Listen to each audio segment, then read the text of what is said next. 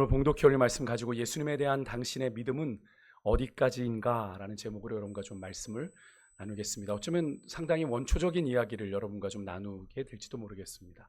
여러분 킹 오브 킹즈라는 영화에 대해서 들어보셨습니까? 한국인 장성호 감독에 의해서 제작이 되고 각본이 쓰여져서 만들어진 예수님에 대한 애니메이션 영화입니다.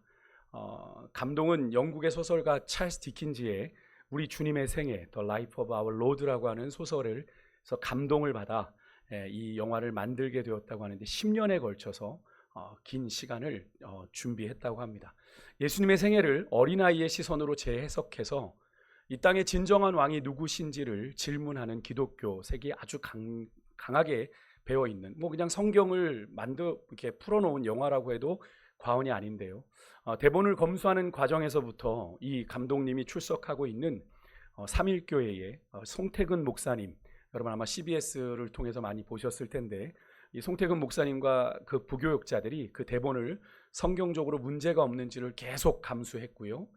성서 고고학으로 저명한 국내외로 저명한 임미영 박사님이 역사적인 고증을 해주었고요. 그래서 심지어 이렇게 옷과 모든 배경까지도 아주 세밀하게 신경을 썼습니다. 영어 대본도 미국에서 개봉이 되었으니까 영어 대본도 예일 대학의 신학 교수로 있는 두 분이 그것을 감수했을 정도로 내용에 있어서도 상당히 철저하게 준비되고 검증된 내용인데요. 10년 동안 무려 360억의 제작비가 투입이 된 영화입니다. 미국을 비롯한 북미에서 먼저 개봉이 되었는데요.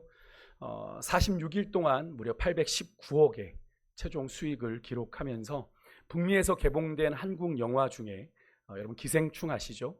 영화상을 받았던 기생충을 넘어 최고의 성적을 기록한 한국 영화로 지금 자리매김하고 있는데 미국에서 근데 배급된 이 배급사가 몰몬교 소속이다. 그래서 이 영화가 몰몬교의 색채가 있다라는 그런 또 이렇게 모함이 있는데 여러분 감독님이 나와서 얘기하시더라고요. 전혀 상관이 없노라고.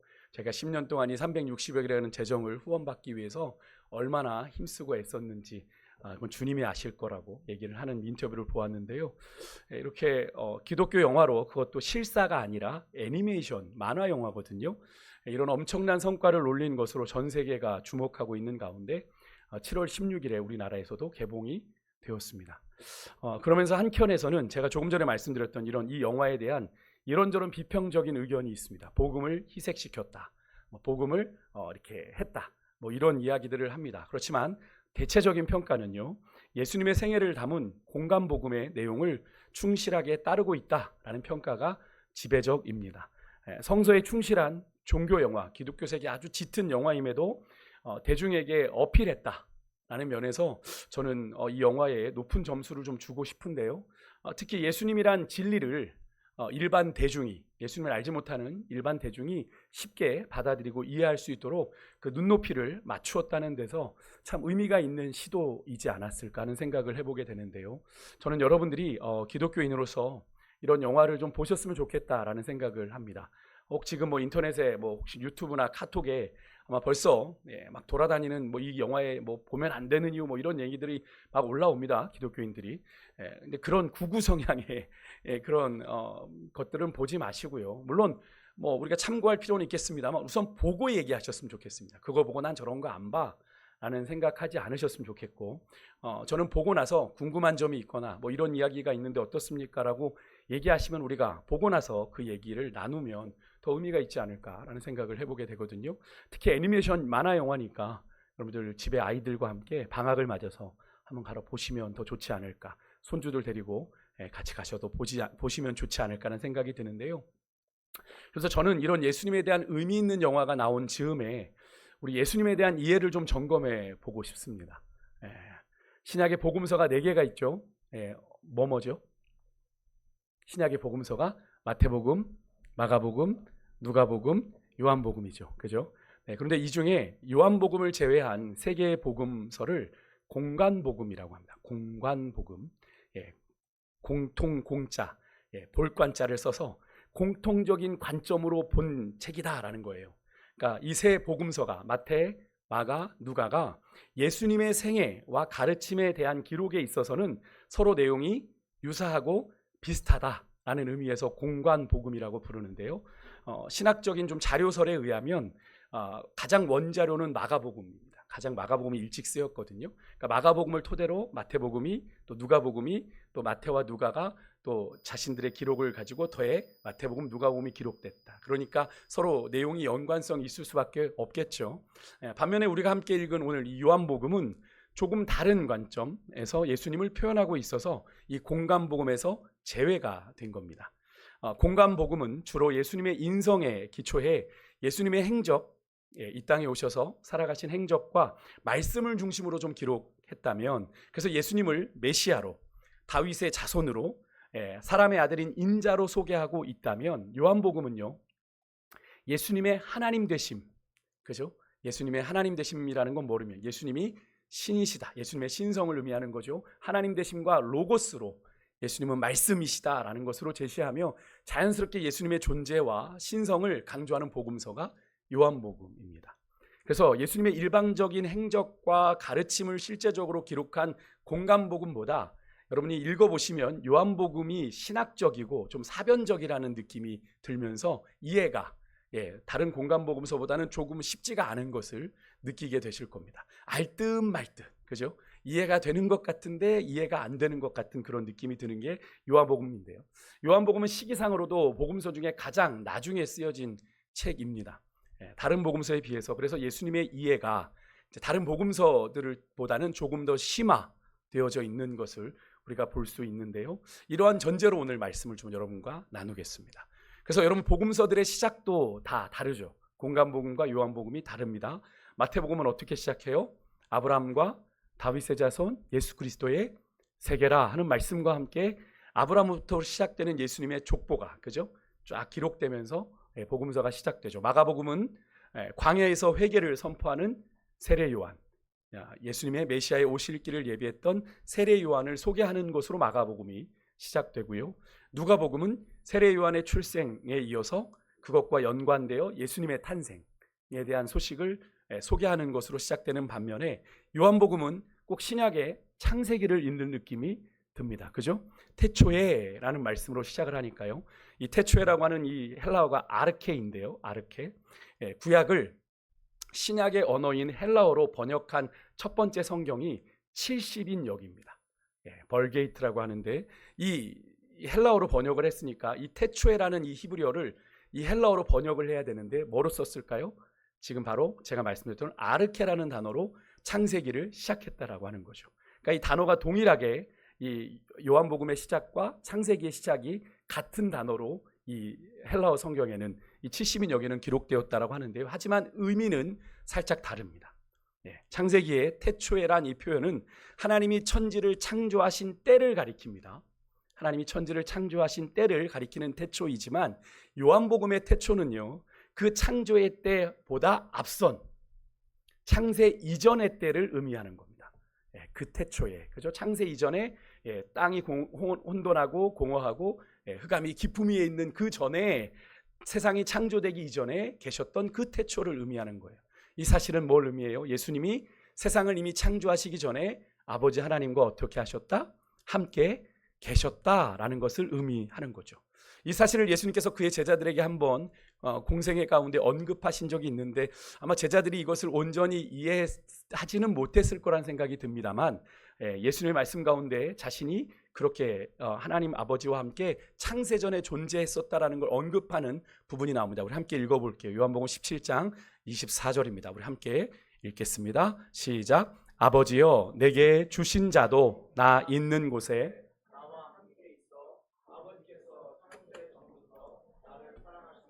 내게 주신 나의 영광을 그들로 보게 하시기를 원하옵나이다.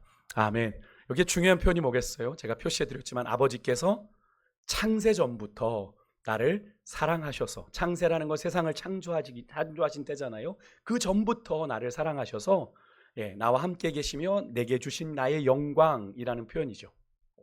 예수님께서는 당신이 이미 아버지 하나님과 세상을 창조하시기 전부터 그렇게 사랑하는 관계였다. 삼위로 계셨던 하나님이다라는 걸 말씀하시는 거죠. 여러분, 역사적인 인물이나 사건으로 시작하는 공관복음서와는 다르게 요한복음은 하나님이신 예수님께서 성육신 하시기 전에, 더 나아가 창세 전에 하나님과 함께 말씀으로 계셨던 이야기로 이 요한복음은 시작을 하게 되는데요. 그래서 공간복음은 우리 인간의 역사 안에 존재하셨던 인간 예수님을 주로 언급하고 있다면, 물론 그의 사역 가운데는 그의 신성이 드러나고 있지만 그래도 그 스펙트럼 안에서 보고 있다면 요한복음은 우리 인간의 역사 이전에 인간의 인식이 가능한 시공간 밖에서 이미 존재하고 계셨던 하나님이신 예수님을 소개하면서 시작하고 있다는 것이 이 공간복음과 요한복음의 분명한 차이점인데요. 그래서 요한복음은요, 예수님을 처음부터 계셨던 존재 이전의 존재로 모든 존재를 가능케 하는 창조주 하나님으로 소개를 하고 있습니다. 여러분, 이 사실이 얼마나 믿어지세요? 이 사실이 여러분이 믿어지는 만큼 여러분의 믿음의 실체이고 여러분의 수준이라고 생각하시면 됩니다. 내가 이게 어떻게 믿어지느냐가 여러분의 믿음의 실체이고 여러분의 믿음의 수준이에요. 이것이 우리가 믿는 예수님에 대한 아주 근본적이고 본질적인 믿음이기 때문에 그렇습니다. 1절에서 요한은요, 당시에 거의 모든 철학과 문학에서 광범위하게 사용되던 단어인 로고스라는 이 단어의 실체가 예수님이다라는 사실을 선언합니다. 우리 1절 말씀 다시 한번 좀 읽을게요. 1절 읽습니다. 시작. 태초에 말씀이 계시니라. 이 말씀이 하나님과 함께 계셨으니 이 말씀은 곧 하나님이시니라. 여기에 이 말씀이라는 단어가 로고스인데요, 말씀이 그죠? 이 말씀이 3번이나 반복되면서 예수님을 로고스로, 말씀으로, 하나님으로 소개하고 있어요. 당시에 이 로고스라는 단어는 여러 가지 좀 풍부한 의미를 가진 단어입니다. 헬라 철학에서는 이 로고스를요, 우주를 질서 있게 유지하고 조율하는 이성적인 원리다. 그러니까 우주를 움직이는, 질서 있게 유지하고 돌아가게 하는 세상의 근본적인 원리로 이해를 했고요. 유대 전통에서는 세상을 창조하신 하나님의 말씀과 연결된 개념으로 이 로고스를 이해했습니다.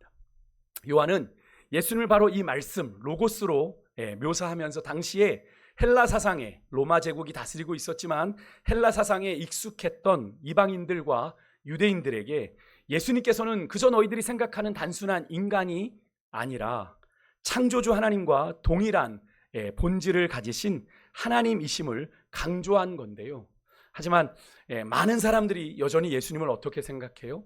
그렇게 생각합니까? 하나님이라고? 아니죠. 보통 인간처럼 생각하고 역사의 한 성인, 어느 위인 정도로 생각하며 그분의 참된 정체성, 창조주 되시고 구원자 되신 예수님의 정체성을 놓치고 있는데요. 이런 모습은 우리가 마치 마크 트웨인의 1881년 작품인 소설, 여러분 왕자와 거지를 아십니까?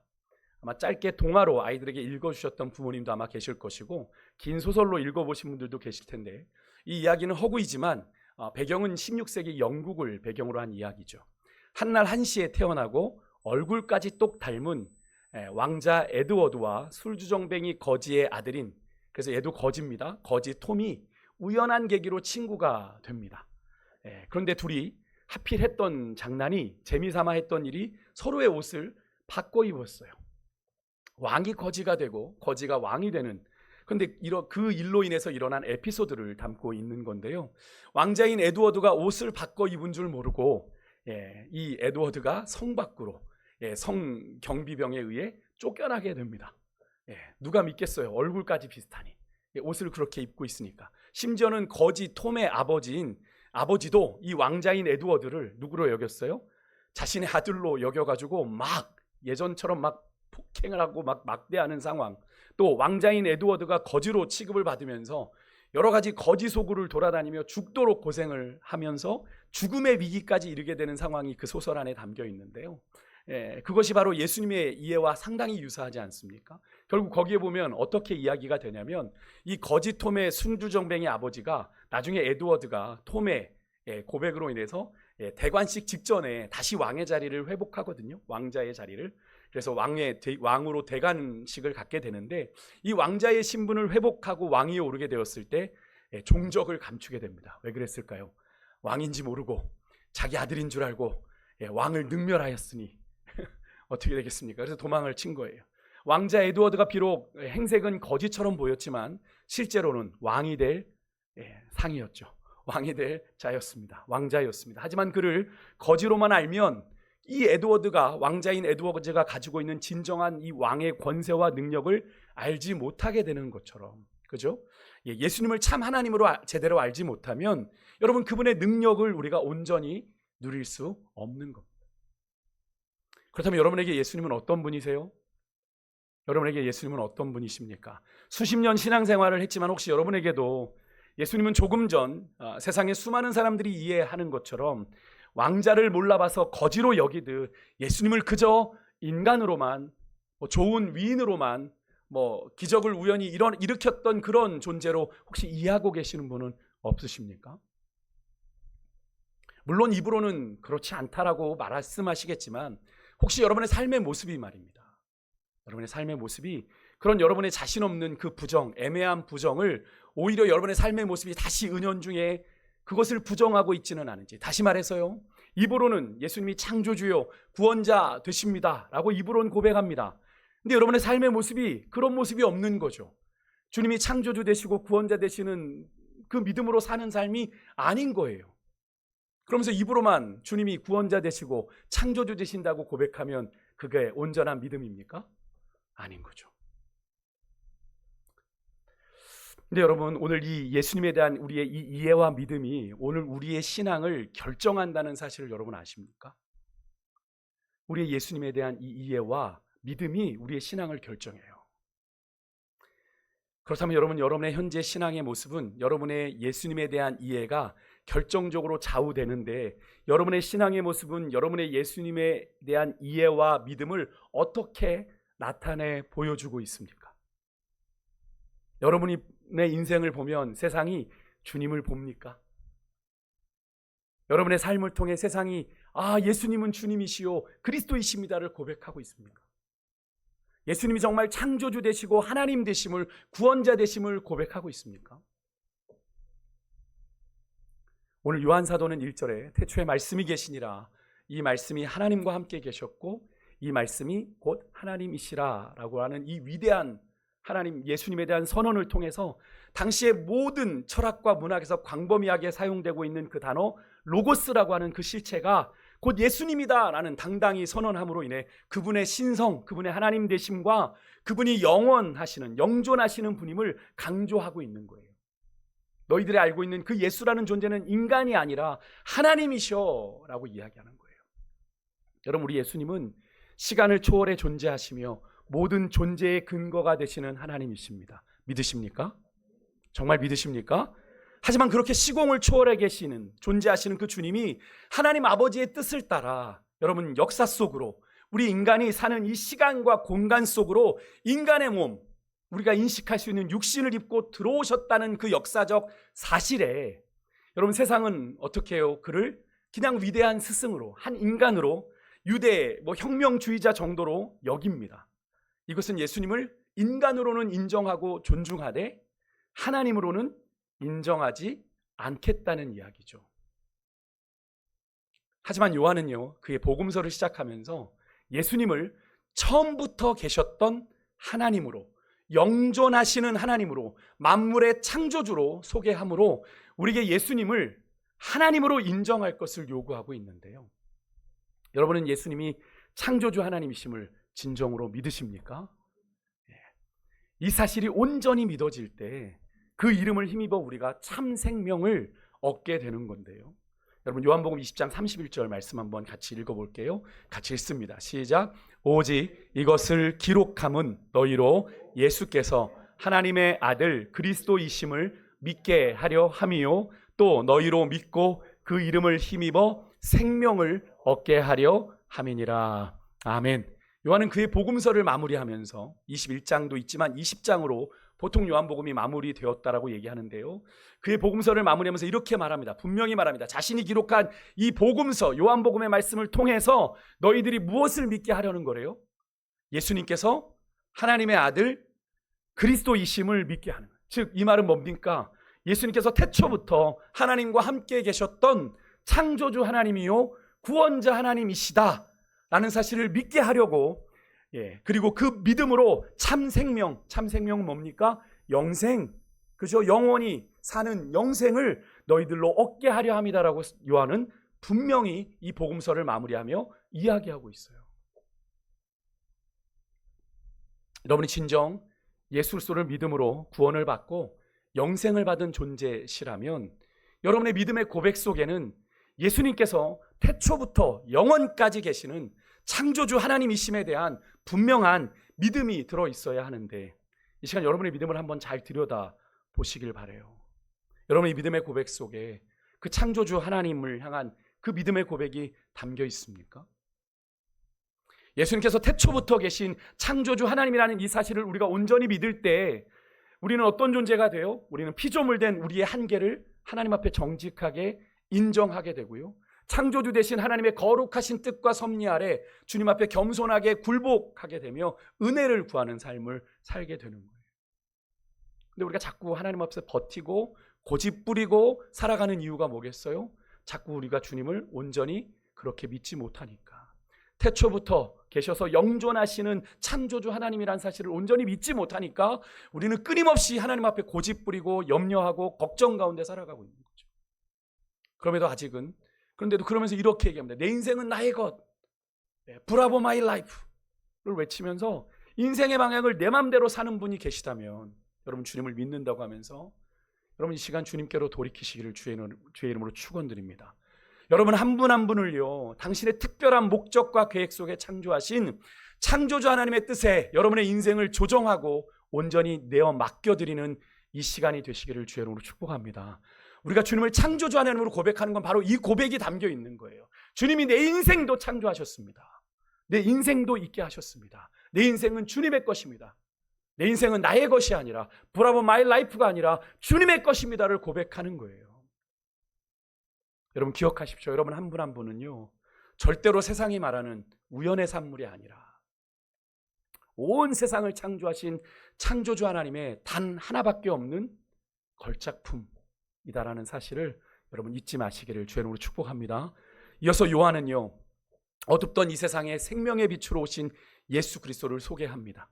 창조주요, 생명을 충만케 하셨던 그 주님이 죽어가는 이 어두운 세상에 다시 영원한 생명을 주시기 위해 빛으로 오셨다라는 사실을 눈에 보이도록 요한은 표현하고 있어요. 4절 말씀 다시 한번 읽을게요. 4절 말씀 있습니다. 시작. 그 안에 생명이 있었으니 이 생명은 사람들의 빛이라. 하지만 어둠이 그 빛을 깨닫지 못했다라고 5절에 말합니다. 빛이 어둠에 비추되 어둠이 깨닫지 못하더라. 말씀하는데 여기서 여러분 깨닫다라는 이 의미에 해당하는 헬라어 단어가 한 가지 더 의미가 있는데 이기다라는 의미가 있어요. 이기다. 그래서 이 5절의 말씀은 이런 의미가 있는 겁니다. 빛으로 오신 예수님을 오해에 받아들이지 못하고 심지어 핍박까지 하고 십자가에 죽기까지 내어준 그 세상의 무지, 세상의 어리석음을 책망함과 동시에 어둠의 세상은, 죄악으로 가득한 이 어둠의 세상이 그렇게 주님을 십자가에 못 박음으로 예수님을 이긴 것 같았지만 예수님을 이기지 못했다라는 사실을 이 말씀 가운데 담고 있는 거예요. 그래서 요한은요, 우리 믿음의 사람들을 향하여 그의 다른 책이 있죠. 요한의 서신이 있습니다. 그죠? 이렇게 당부합니다. 우리 함께 읽을게요. 요한 1서 1장 6절과 7절입니다. 함께 읽어보겠습니다. 시작. 만일 우리가 하나님과 사귐이 있다 하고 어둠에 행하면 거짓말을 하고 진리를 행하지 아니함이거니와 그가 빛 가운데 계신 것 같이 우리도 빛 가운데 행하면 우리가 서로 사귐이 있고 그 아들 예수의 피가 우리를 모든 죄에서 깨끗하게 하실 것이요. 아멘. 여러분 우리는 하나님과 사귐이 있다 하는 성도인데 여러분은 어둠의 가운데 행하고 계십니까? 아니면 빛 가운데 행하고 계십니까? 하나님과 사귐이 있어 하나님을 아는 자는 분명 빛 가운데 행하는 자인데 여러분의 삶은 어떠하신가요? 하나님께서 만물을 창조하실 때 여러분 가장 먼저 뭘 창조하셨죠? 빛이 있으라 하시며 빛을 가장 먼저 창조하셨습니다. 빛이 곧 생명의 시작이었어요. 그죠? 빛이 창조되었기에 공허하고 혼돈하고 흑암이 깊음 위에 있었던 이 세상이 비로소 밝아지고 질서가 잡혔습니다. 하지만 그런 세상에 뭐가 들어왔죠? 죄가 들어왔죠. 죄가 들어와서 그렇게 세상을 뒤덮은 죄의 어둠을 몰아내시기 위해서 하나님이 또다시 빛을 보내셨는데 그게 누굽니까? 바로 빛으로 이 세상에 오신 예수 그리스도이시죠. 그래서 예수님께 나오는 자마다 이 죄의 어둠에서 벗어나 빛의 세계를 경험할 수 있는데요. 그래서 여러분, 빛 대신 예수님을 제대로 만나고 나면 가장 먼저 우리 안에 일어나는 게 뭡니까? 우리의 죄인된 죄의 민낯이 우리 안에 드러나게 되죠. 그래서 진정한 회개가 일어나게 됩니다. 그래서 주님 만나기 전에는 아무렇지도 않았던 그 죄들이 이상하게도 불편해지는 거예요. 어색해지는 겁니다. 꺼려지는 겁니다. 그런 경험들을 하신 분들 여러분 가운데 없으세요? 저는 목회하면서 많이 보았습니다. 목사님, 왜 이게 갑자기 이게 싫어지죠? 은혜입니다. 제가 은혜입니다 그랬습니다. 왜요? 내가 죄가 깨달아지는 거 아니겠어요? 그러니까 불편한 거 아닙니까? 주님의 생명의 빛이 비치니까 과거에는 죄로 느끼지 못했는데 분명 죄인데 죄로 느끼지 못하던 그것이 왜 죄로 느껴지게 됩니까? 주님의 빛 가운데 나아가니까 드러나게 되는 거죠. 불편한 겁니다. 예전에 느끼지 못했던 불편함들이 생기면서 주님을 향한 온전한 회개가 드려지게 되는 경험들 해보시지 않았습니까? 그래서 여러분, 구원받았지만 여전히 죄의 권세 아래 살아가고 있는 우리에게는 여러분, 생명의 빛이신 우리 예수님이 꼭 필요한데요. 사도 바울은 골로새서 1장 13절에 이 죄의 어둠을 흑암의 권세라고 표현하고 있습니다. 흑암의 권세. 여러분, 죄에는 권세가 있죠. 죄는 그렇게 만만한 존재가 아닙니다. 죄는 권세가 있어요. 그래서 여러분, 성경은 우리에게 죄와 싸우되 어떻게 싸워요? 피 흘리기까지 싸워야 된다라고 분명히 얘기하고 있습니다. 우리가 살아가는 세상에서 이 죄의 영향력은 정말 엄청나죠. 점점 더 흉포해져 가는 것 같습니다. 미디어를 통해 날마다 우리에게 전해지는 수많은 사건과 사고가 이를 증명하고 있지 않습니까? 이렇게 죄는 사람들을 절망으로, 좌절로, 그리고 고통과 죽음으로 이끌어 가는데요. 어떻게 하면 우리가 이 흑암의 권세, 이 죄의 권세에서 해방될 수 있을까요? 어떻게 해야? 그 길은 오직 하나, 빛이요 생명이신 우리 예수님께로 나아가는 것인 줄 믿습니다. 아멘이십니까? 여러분, 참된 생명과 자유 그리고 소망은요 오직 우리 예수 그리스도 안에만 있다라는 사실을 여러분 믿으시길 바랍니다. 세상은 다 변해요. 세상은 다 변해요. 그래서 세상의 건 우리의 소망이 될 수가 없어요. 세상의 것은 우리의 의지가 될 수 없어요. 변하니까요. 주님은, 반석 되신 주님은 변하지 않으십니다. 여러분, 빛은 존재 자체로 어둠을 이깁니다. 맞죠? 빛이 있으면 어둠은 물러나요. 우리는 이 어두운 세상에 빛으로 오신 예수님을 만난 사람들인데요. 그러하기 때문에 여러분, 어두움에 속한 이 세상 사람들이 빛으로 이 땅에 오신 예수님을 만날 수 있도록 여러분, 우리가 세상의 빛이 되어야 하는데, 그죠? 우리의 거룩하고 선한 삶이 빛 대신 그리스도를 비추는 거울이 될 줄 믿습니다. 그래서 예수님께서 이렇게 당부하셨어요. 마태복음 5장 16절 우리 같이 마지막으로 한번 읽겠습니다. 같이 읽습니다. 시작. 이같이 너희 빛이 사람 앞에 비치게 하여 그들로 너희 착한 행실을 보고 하늘에 계신 너희 아버지께 영광을 돌리게 하라. 아멘. 네, 이번 킹 오브 킹즈의 영화 가운데 이 복음에 대한 이야기를 약간은 선한 것으로, 선한 일을 행하는 것으로 약간, 그래서 행위 구원에 대한 이야기를 너무 강조했다라고 얘기하는 그런 비평도 있는데요. 여러분, 우리가 믿음과 행위를 나누어 생각하면 그럴 수 있습니다. 근데 여러분, 믿음과 행위는 동전의 양면과 같이 하나입니다. 그죠? 여러분, 우리가 믿음을 자꾸 행위랑 분리해서 이해를 하는 그런 게 있어요. 그러니까 교회 와선 믿음이 있는 사람 같아요. 삶의 현장에 가면 어떻습니까? 전혀 삶의 믿음의 행위가 드러나지 않습니다. 믿음의 열매는 분명히 행위로 드러나야 되는 건데, 그러면서 믿음이 있다라고 얘기합니다. 그게 진짜 믿음일까요? 여러분, 아닙니다. 분명히 예수님께서도 여기 말씀하셨죠. 너희 빛이 사람 앞에 비치게 하여 그들로 너희 뭐를 보고요? 착한 행실을 보고 하늘에 계신 너희 아버지께 영광을 돌리게 하라. 믿음에 합당한 삶이, 그죠? 행동이 있어야 되는데 없는 거예요. 그러면서 행위 구원을 강조한 거다라고 비평을 하는 글이 있더라고요. 저는 동의하지 못하겠습니다. 그래서 제가 그런 분에게 그렇게 말씀을 한번, 누군가 그렇게 말씀하시게 그랬습니다. 그러면 우리가 선하게 가난한 자들을 돕고 그들과 함께하는 것이 복음이 아니냐? 내가 물었습니다. 복음이 아닙니까? 가난한 자들과 함께하는, 지극히 작은 자에게 한 것이 내게 한 것이다라는 예수님의 말씀이 있는데 복음이 아닙니까? 복음이죠. 복음의 하나입니다.